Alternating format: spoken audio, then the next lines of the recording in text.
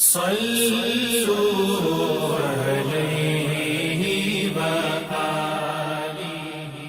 صحیح بخاری حدیث نمبر 301۔ حضرت عائشہ رضی اللہ تعالی عنہا فرماتی ہیں کہ آپ صلی اللہ علیہ وسلم اپنا سر مبارک میری طرف کر دیتے، اس وقت آپ اعتکاف میں بیٹھے ہوئے ہوتے اور میں حیض کی حالت میں ہونے کے باوجود آپ کا سر مبارک دھو دیتی۔ صحیح بخاری حدیث نمبر 302۔ حضرت عائشہ رضی اللہ تعالی عنہا نے فرمایا، ہم ازواج میں سے کوئی جب حائضہ ہوتی اس حالت میں رسول اللہ صلی اللہ علیہ وسلم اگر مباشرت کا ارادہ کرتے آپ ازار باندھنے کا حکم دے دیتے باوجود حیض کی زیادتی کے، پھر بدن سے بدن ملاتے۔ آپ نے کہا، تم میں ایسا کون ہے جو نبی کریم صلی اللہ علیہ وسلم کی طرح اپنی شہوت پر قابو رکھتا ہو؟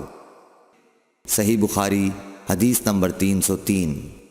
نبی کریم صلی اللہ علیہ وسلم اپنی بیویوں میں سے کسی سے مباشرت کرنا چاہتے اور وہ حائضہ ہوتی تو آپ کے حکم سے وہ پہلے ازار باندھ لیتیں۔ صحیح بخاری حدیث نمبر 304۔ رسول کریم صلی اللہ علیہ وسلم عید الاضحیٰ یا عید الفطر میں عیدگاہ تشریف لے گئے۔ وہاں آپ عورتوں کے پاس سے گزرے اور فرمایا، اے عورتوں کی جماعت، صدقہ کرو، کیونکہ میں نے جہنم میں زیادہ تم ہی کو دیکھا ہے۔ انہوں نے کہا، یا رسول اللہ صلی اللہ علیہ وسلم، ایسا کیوں؟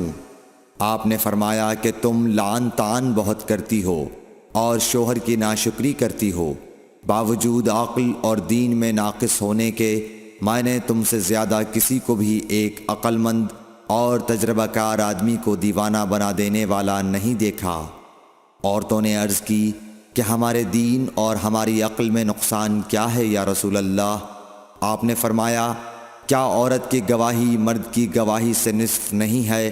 انہوں نے کہا، جی ہے۔ آپ نے فرمایا، بس یہی اس کی عقل کا نقصان ہے۔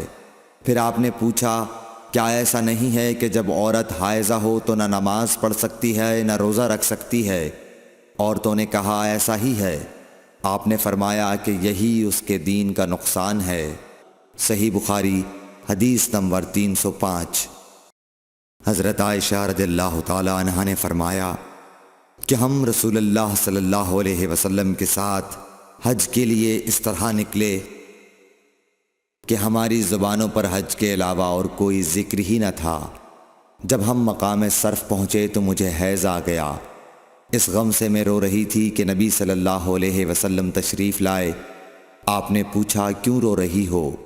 میں نے کہا، کاش میں اس سال حج کا ارادہ ہی نہ کرتی۔ آپ نے فرمایا، شاید تمہیں حیض آ گیا ہے۔ میں نے کہا، جی ہاں۔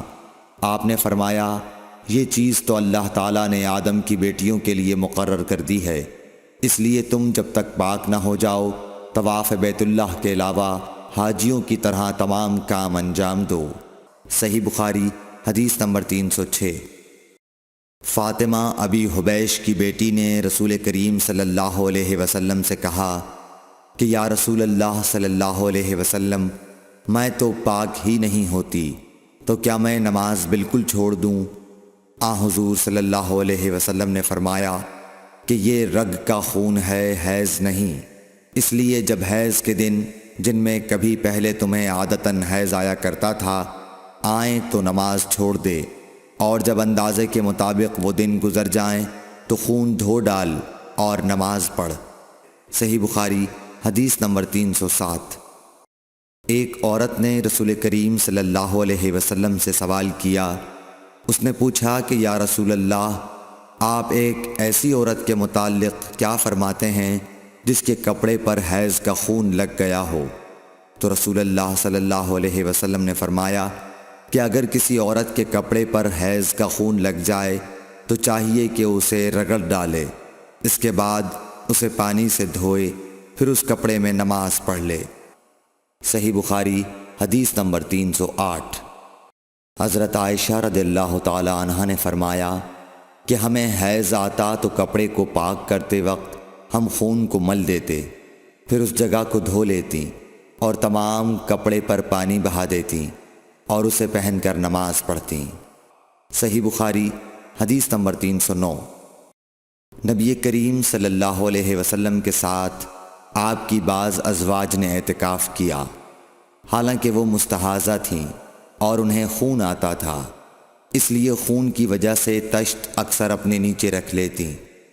اور اکرمہ نے کہا کہ عائشہ رضی اللہ تعالی عنہا نے قسم کا پانی دیکھا تو فرمایا یہ تو ایسا ہی معلوم ہوتا ہے جیسے فلاں صاحبہ کو استحاضہ کا خون آتا تھا۔ صحیح بخاری حدیث نمبر 310۔ حضرت عائشہ رضی اللہ تعالی عنہا نے فرمایا کہ رسول اللہ صلی اللہ علیہ وسلم کے ساتھ آپ کی ازواج میں سے ایک نے اعتکاف کیا، وہ خون اور زردی نکلتے دیکھتیں، تشت ان کے نیچے ہوتا اور نماز ادا کرتی تھیں۔ Thanks for watching. Don't forget to like, comment, share and subscribe to